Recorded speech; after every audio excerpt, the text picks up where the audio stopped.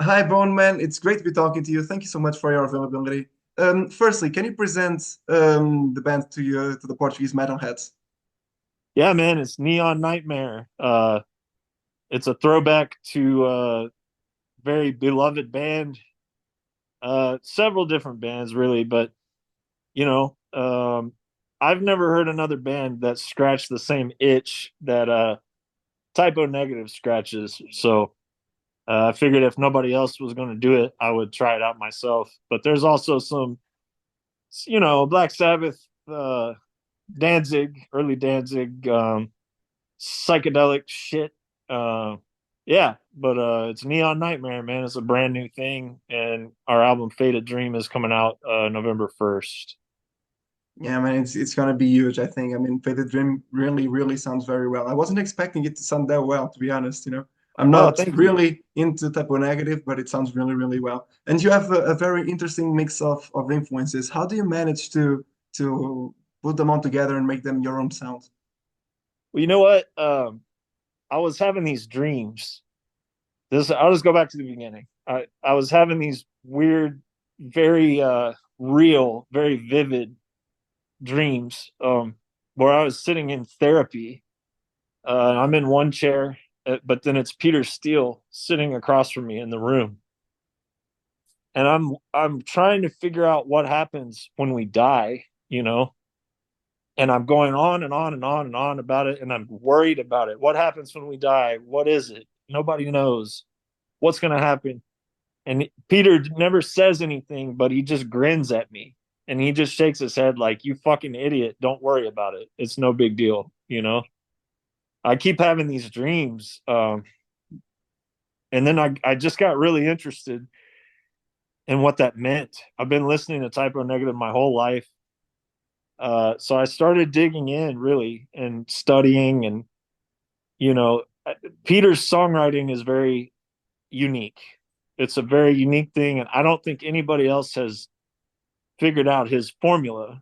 So I started thinking about, anybody can put chorus effect on a guitar and sing really low like that, but writing the song that has that same effect, that's a little bit harder. So I looked at his influences, right? It's like Black Sabbath, Paranoid, and Beatles, Sergeant Pepper, Pink Floyd, Dark Side of the Moon. So I started thinking about it from there because Black Sabbath always been my favorite band.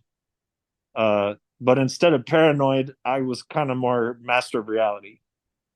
And instead of Beatles, I was kind of more Rolling Stones, Sticky Fingers or something. Pink Floyd, I love. So I tried to figure out what makes the songs so special. And I have my own influences. I've been playing music for a very long time, and I just did my thing, man. I wanted to give people a certain feeling, but not necessarily be a complete ripoff. But it's funny because the first two songs we released are the two that are the biggest ripoffs because we knew it was some people would be really stoked and some people would be really pissed off. Uh, but when you listen to the whole album, it's its own thing. Yeah, those are my thoughts exactly. You know, I listened to both singles. I was like, okay, this is just a rip-off of Type O Negative. I'm not really a big fan. Then I went and listened to the album, and it's really is its own separate thing. And I think you should be proud of it. I mean, Oh, I thank you, enjoyed it very much, man. thank you, man. Appreciate it. And then, you know, you were talking about those dreams that you had. I guess that's where the name of the album came from, Fated Dream. Oh shit, I didn't even think about that. To be honest, that's crazy. No, man, I swear to God, I didn't think about that. I wrote a the last song on the album um, is about. Well, I guess it's about when you have a creative spirit. It's a blessing, but it's also a curse. And sometimes it feels like there's like a fire, and the fire can either you can either use it to create music or something beautiful, or this fire can destroy your life. And there's a lyric in that song about this faded dream goes on and on. But I didn't even think about that. That's a very good observation. To me, faded dream, um, it sort of summarizes the whole feeling and the whole theme of the album, which is like right now, especially in the United States, people are very nostalgic for the 1990s. And I think that sentimental nostalgic thing for the 1990s, it's like a defense mechanism because our current reality is too fucking horrific to even think about. We just want to escape, we want to be somewhere else. It's also about getting older, and so yeah, it's just these feelings of like longing for a better time. But you look at it and maybe there was no better time because there's problems in the 90s too, right? Yeah. And yeah, it's just all of that, man. It's about um, getting older in an industry where it's a young man's game, and just maybe the American dream has faded. Maybe my dream has faded. Maybe everybody's dream of a good world has faded. But also, yeah, the dreams that I was having where I was trying to get some advice from Peter Steele and he wouldn't say anything. Yeah, but maybe you never made that connection because those dreams never really faded for you, you know. Yeah, that's true. Yeah, they're still fresh in my mind. Yeah. Yeah, and from what I saw on the press release, there was a sentence that really got me hooked on and very very mysterious. It said that Faded Dream or described Faded Dream as trouble music for troubled people. Is that the way you see your creations? Yeah, yeah, because Jimi Hendrix said he never wrote a happy song except for one called Foxy Lady. Uh, to me, the art and the film and the music and everything, the books that mean something to me, the people that made it, they're troubled, they have problems, and they're trying to understand all of this shit, the human condition, all of that. Um, I never really felt anything listening to like bubblegum, superficial fucking pop music or pop country or any of that shit. I like all kinds of different music and all kinds of different art and expression, but it seems like the stuff that means something to me is made by people who are troubled. And maybe it hits me because I'm troubled too. And honestly, if you're alive in 2024 and you're not a little bit troubled, that's fucking scary. You need to figure that out. Yeah, and unfortunately, we live in a time that, the ones that are not troubled are the ones that are troubled. Yeah. That's that's that's They're that's the ones something to in think about. charge, blowing Yeah. everybody up with fucking bombs and shit. Yeah, that's true. And how was the composition process for this album? Did you just, follow the stuff that Pete said to you in your dreams? I Well, know he he didn't didn't say he much. didn't say shit, so I didn't really know what to do. No, it just came out, man. It came out. I've been listening to Typo Negative for over 20 years. They've always been one of my favorite bands. And like I said, I was studying the approach. I wasn't trying to rip off Typo Negative. I was trying to put myself in the mindset of the guys that made that music. Um, but again, I'm me. I'm not them. So I have my own mindset is in there too. But yeah, it's like I figured out a lot of his songwriting tricks, I think. And it's like taking Black Sabbath riffs, but putting them in songs that are structured and arranged in a sort of progressive way sometimes. But like, yeah, old Beatles or Pink Floyd. And with these big soundscapes and keyboards, the production is a very important element. But dude, as far as the writing process, I swear to God, it just like these fucking songs just came out. I felt like I didn't even have to do anything. I wrote and demoed the whole thing in like a few weeks. Yeah, I no, think when I when think inspiration somebody was strikes.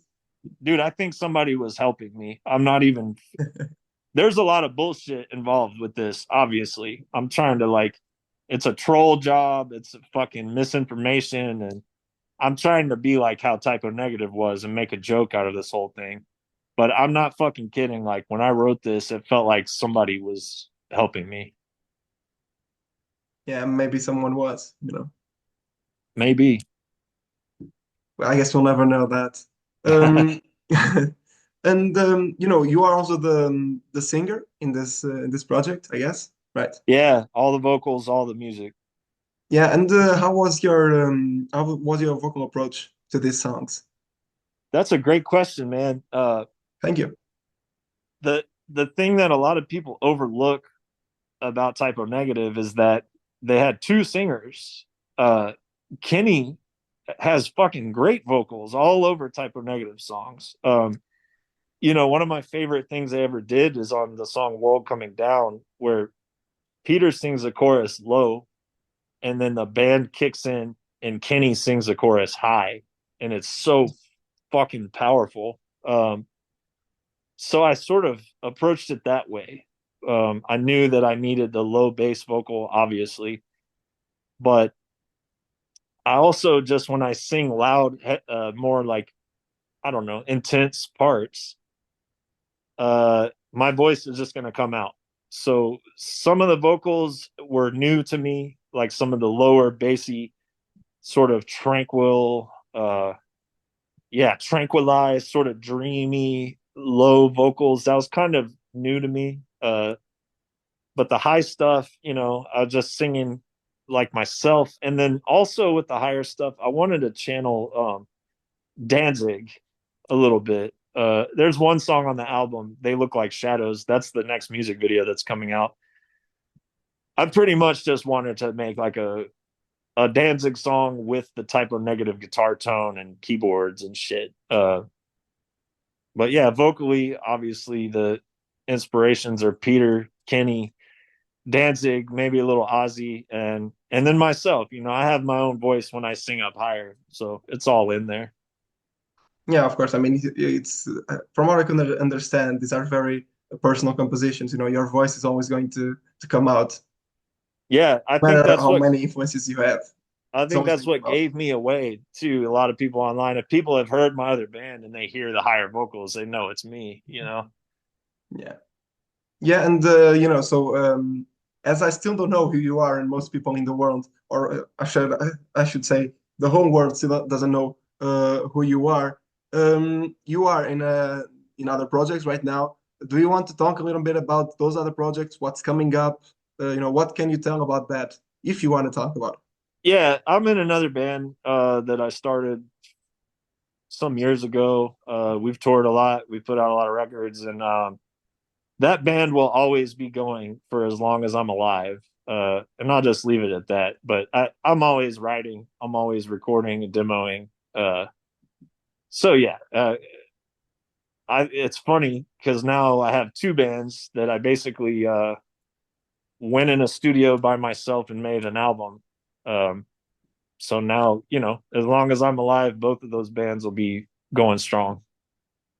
Yeah, and so this isn't a one album project. You plan on keep writing for Neon Nightmare. Yeah. I definitely want to do a second album. I try not to think too far ahead into the future, but I've got some more stuff that I need to express. Uh, and I got some riffs floating around, and yeah, I for sure am gonna do a second album. And this album that's about to come out, I feel like I was channeling October Rust. Um, the next album I'm going to be channeling World Coming Down more. Those are my two favorite type of albums. So the next one will be probably heavier, darker, more depressing, uh, more bleak. Yeah, man, can't wait to also hear it. And you know, this album will Faded Dream will be released on November 1st. I'm not mistaken. So, via $20 pin. How did that connection establish itself? No. Man, that's my favorite label. I've worked with him. off and on over the years, and I've been a fan of the label for a very long time. And yeah, I've worked with a lot of different labels, big, huge labels, small, independent labels. I just have a really good relationship with him. And yeah, when I finished demoing the stuff, uh, it was around Christmas time. I knew he would be on a little bit of a break because he doesn't really take breaks. He works all day, every day, 365 days of the year.